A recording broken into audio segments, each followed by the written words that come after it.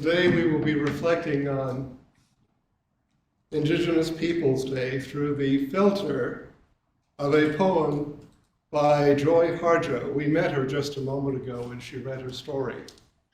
This poem is entitled Conflict Resolution for Holy Beings.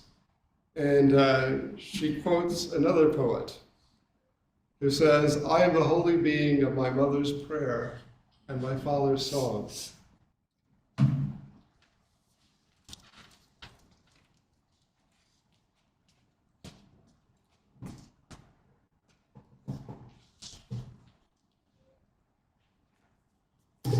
Number 1, set conflict resolution ground rules.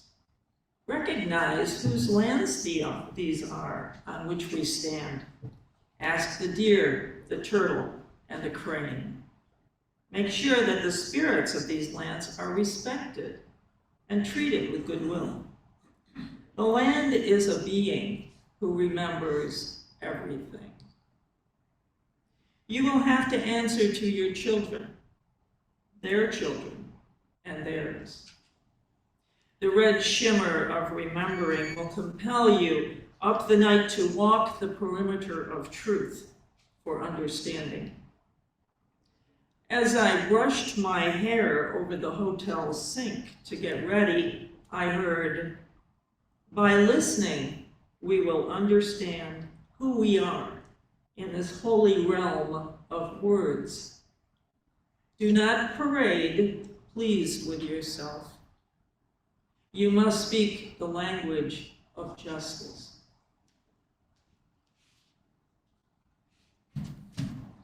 I forgot to mention that Joy Harjo was previously the Poet Laureate of the United States.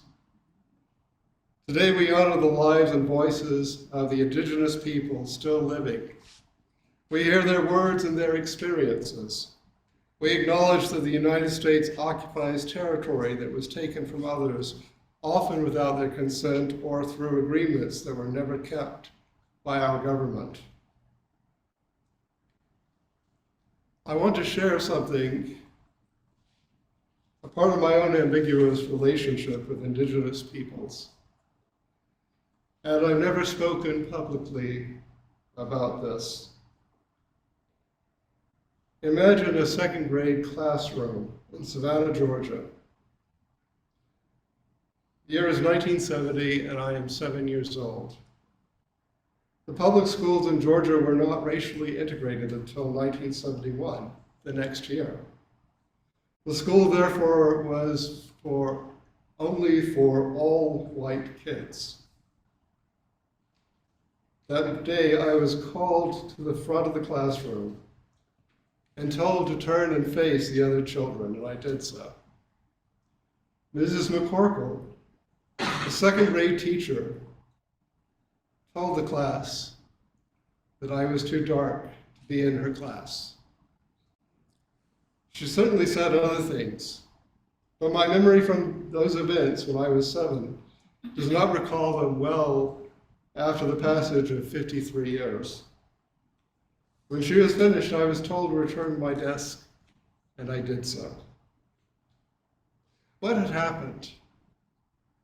We had a lesson a day or two before that about American Indians, as they were called in those days. And I had innocently made the comment to one of my classmates that my father told me that our Smith family had Cherokee ancestry.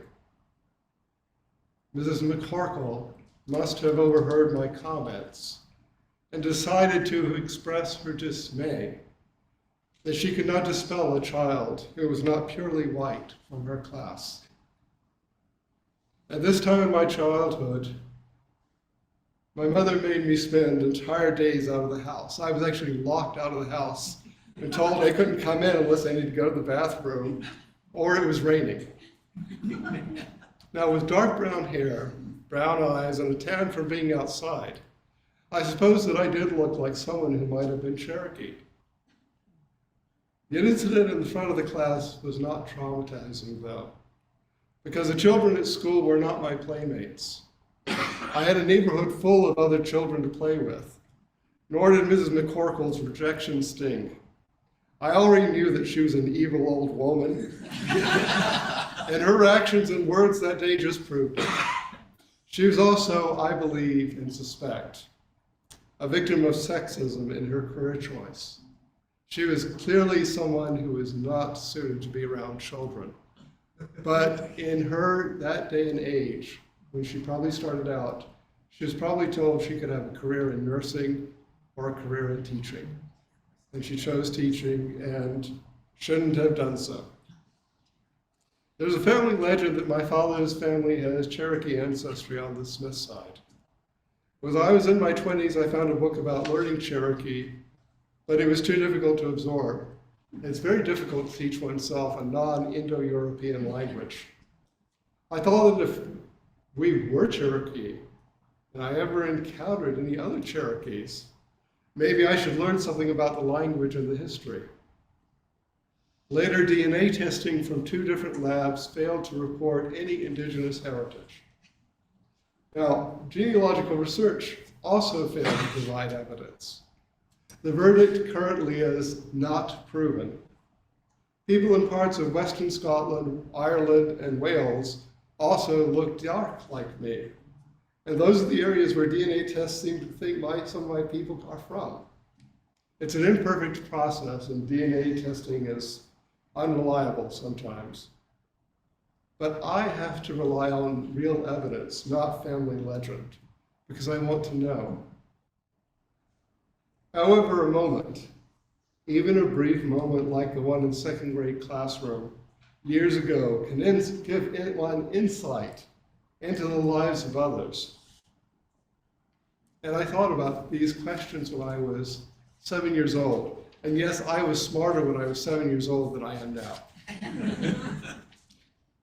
What must it be like to be told every day that you do not belong because of who you are? How do you not take in that message? How do you find confidence and feel dignity? Joy Harjo tells us, you will have to answer to your children and their children and theirs. The red shimmer of remembering will propel you up the right night to walk the perimeter of truth for understanding. By listening, we will understand who we are in this holy realm of words. Do not parade, please with yourself.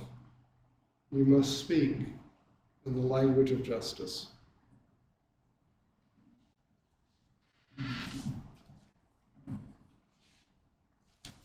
Number 2, use effective communication skills that display and enhance mutual trust and respect.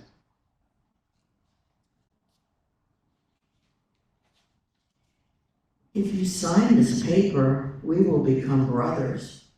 We will no longer fight. We will give you this land and these waters, as long as the grass shall grow and the rivers run.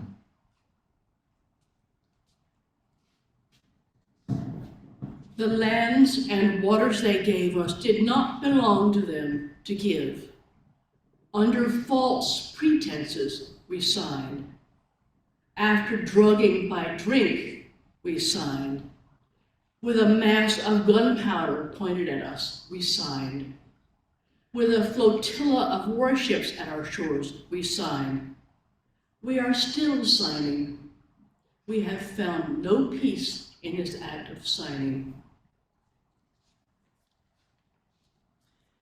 A casino was raised up over the grave site of our ancestors.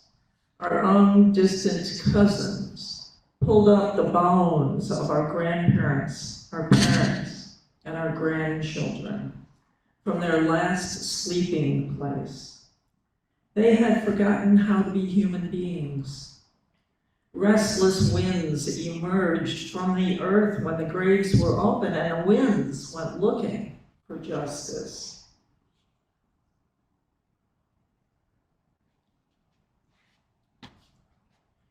If you raise this white flag of peace, we will honor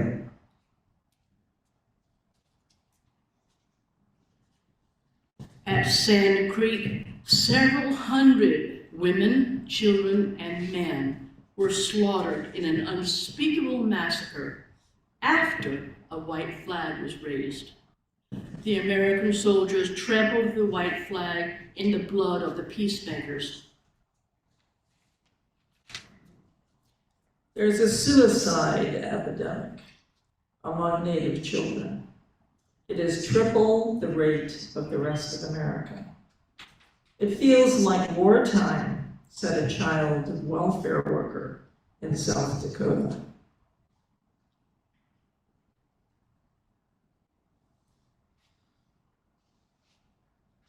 If you send your children to our schools, we will train them to get along in this changing world. We will educate them. We had no choice. They took our children. Some ran away and froze to death. If they were found, they were dragged back to the school and punished. They cut their hair, took away their language until they became as strangers to themselves, even as they became strangers to us.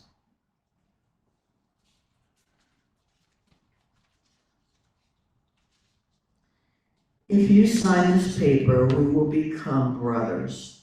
We will no longer fight. We will give you this land and these waters in exchange, as long as the grass shall grow and the rivers run. Put your hand on this Bible, this blade, this pen, this derrick, this gun, and you will gain trust and respect with us. Now we can speak together as one.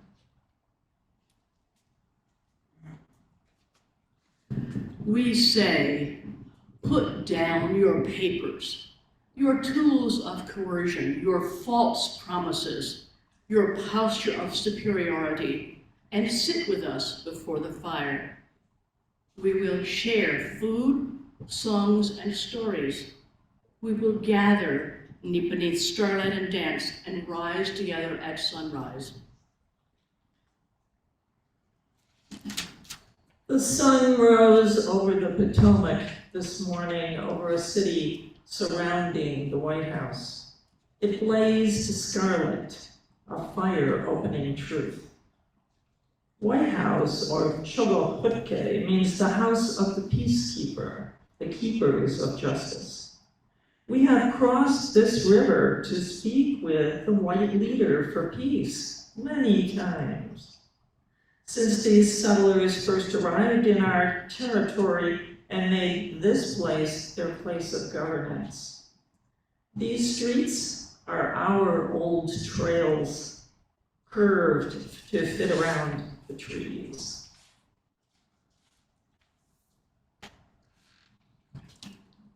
History is not for those who are afraid of painful truth.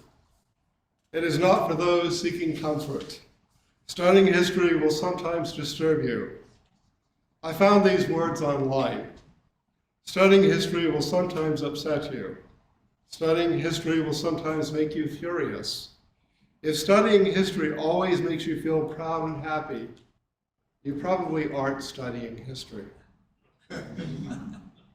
This reading very much applies to the history of the United States and the First Nations.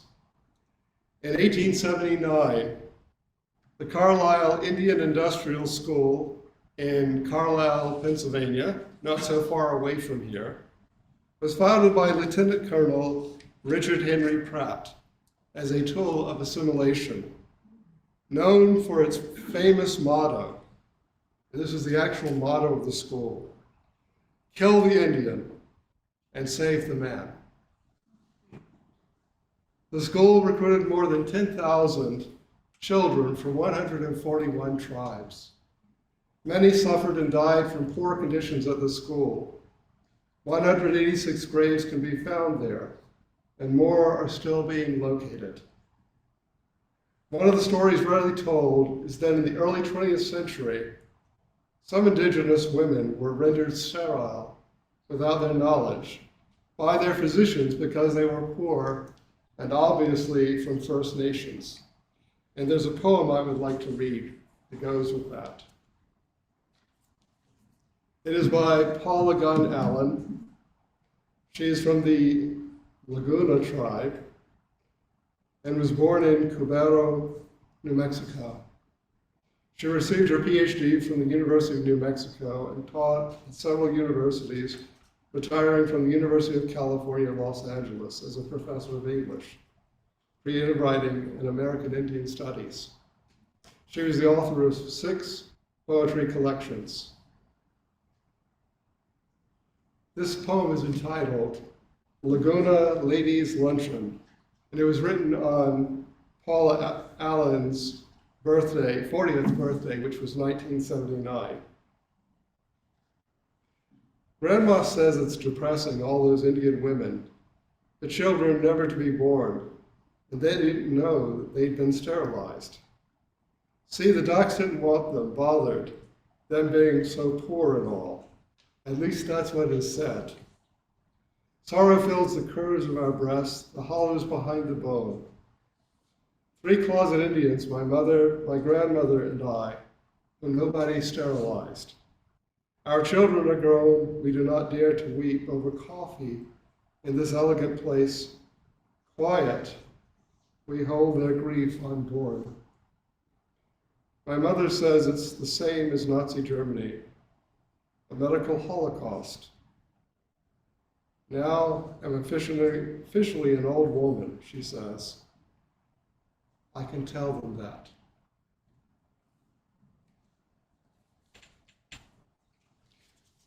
Joy Harjo writes, "You must speak in the language of justice.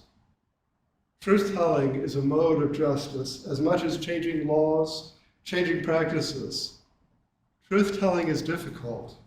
It hurts. It is uncomfortable. Religion can comfort us, and sometimes it should unsettle us. The language of justice calls us to know the truth and consider a response that will further hope."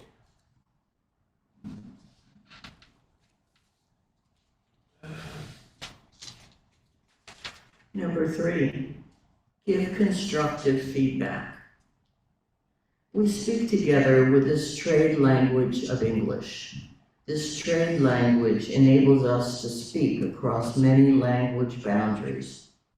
These languages have given us the poets: Cortez, Silko, Mamadé, Alexi, Diaz, Bird, Kane, Bitsu, Long Soldier, White, Erdrich, Tapahanso, Howe, Luce, Rings Plenty, Opik, Hill, Wood, Miracle, Cisneros, Trask, Hogan, Dunn, Welsh, Gould.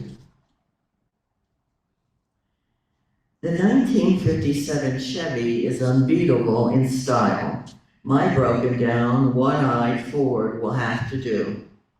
It holds everyone, grandma and grandpa, aunties and uncles, and the children and the babies, and all my boyfriends. That's what she said anyway, as she drove off for the 49 with all of us in that shimmying wreck. This would be no place to be without blues, jazz. Thank you, Moto, to the Africans, the Europeans sitting in, especially Adolph Sax with his saxophones. Don't forget that at the center of the Muskogee ceremonial circles, we know how to swing. We keep the heartbeat of the earth in our stomp dance feet. You might try dancing theory with a bustle, or a jingle dress, or with turtles strapped around your legs. You might try wearing colonization, like a heavy gold chain around a pimp's neck.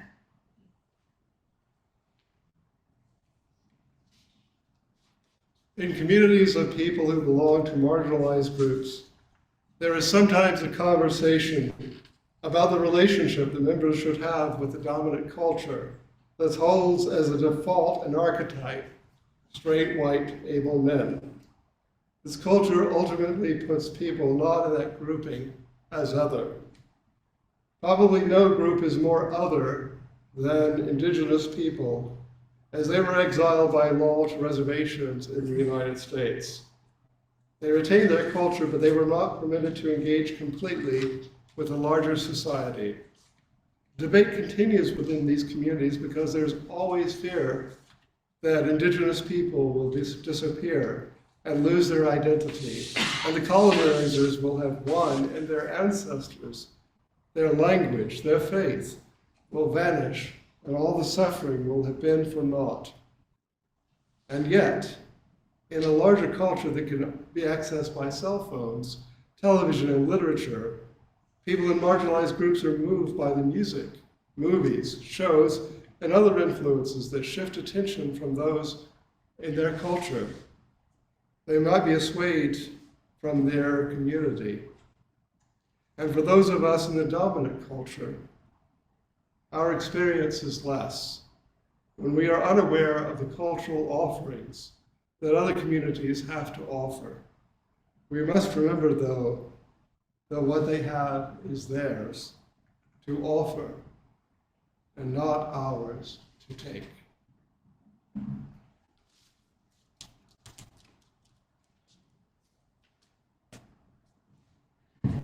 Number 4, reduce defensiveness and break the defensiveness chain. I could hear the light beings as they entered every cell. Every cell is a house of the God of light, they said. I could hear the spirits who love us stomp dancing. They were dancing as if they were here, and then another level of here, and then another, until the whole earth and sky were dancing. We were dancing, they said. There was no there. There was no I or you. There was us. There was we. There we were as if we were the music. You cannot legislate music to lockstep, nor can you legislate the spirit of the music to stop at political boundaries, or poetry, or art, or anything that is of value or matters in this world or the next worlds. This is about getting to know each other. We will wind up back at the blues, standing on the edge of the flatted fifth, about to jump into a fierce understanding together.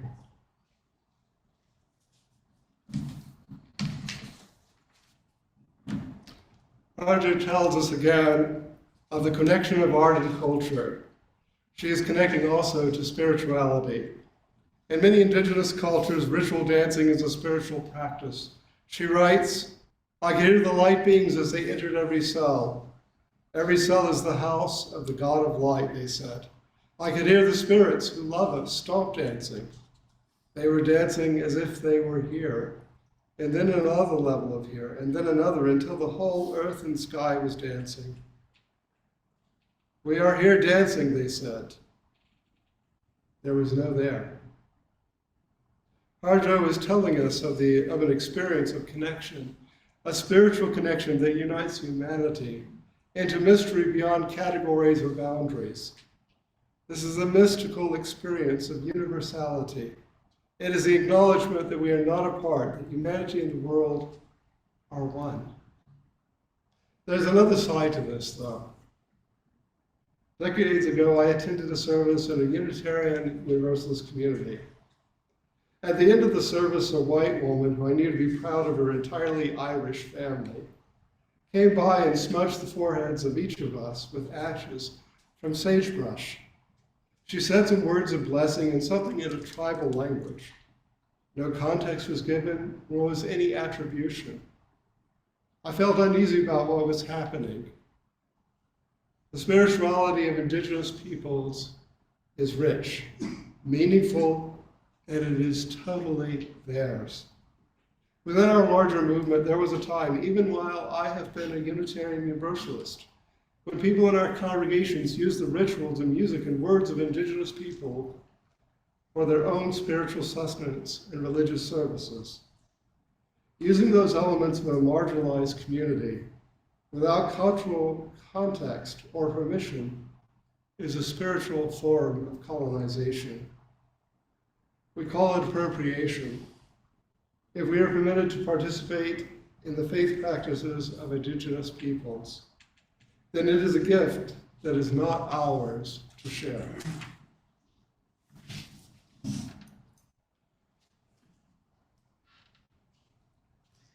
Number 5, eliminate negative attitudes during conflict. A pen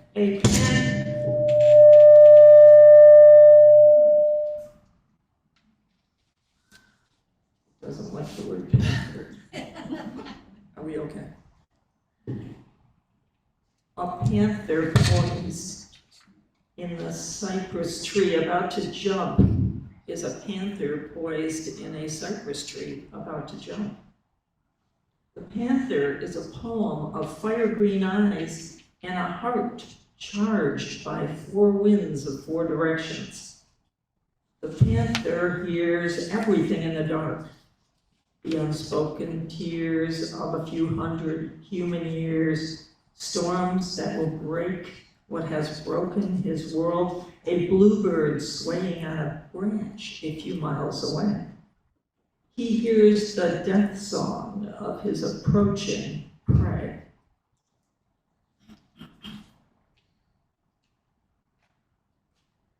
I will always love you, sunrise.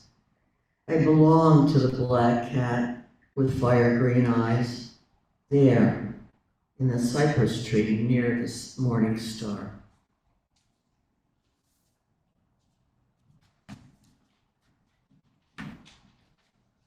This is a poem about conflict.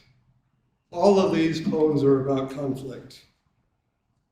When we are involved in struggle with others, we have to be present with them, connected to our shared nature. We need to be aware of the larger picture. This is not an easy thing to do in our nation right now. I know you've experienced that as well. We must be aware of who we are and who the other is. See the truth, and even in the struggle, care about those who do not care about us. People do not inflict suffering who are not suffering themselves.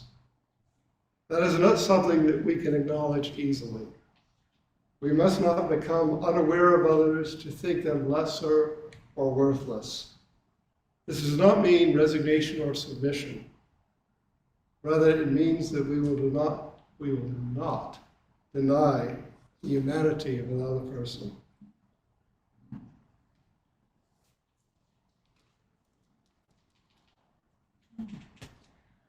Number 6, and use what you learn to resolve your own conflicts and to mediate others' conflicts.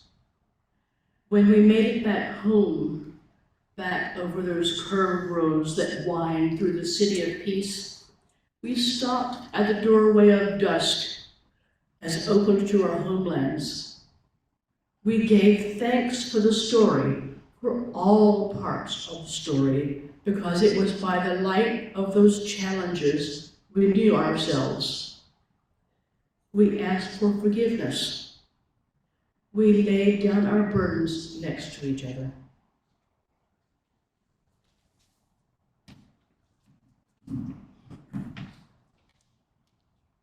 Two possibilities present themselves with these closing words. If the poet means that these closing words for indigenous people, then they shall find peace and reach their homelands. They will find the spiritual peace to give thanks for the story, their painful story, and gain self-awareness as a community. They will have asked forgiveness and laid down their burdens together. The other thought is that this applies to everyone, and that the poet has hope that peace, gratitude, forgiveness, and a letting go of that which holds us all back are the future for all humanity. It is difficult to know if this is even possible in our times, enough to believe in a future where we are all home and all forgiven. So much of the future turns on whether our times repair the wounds of the past.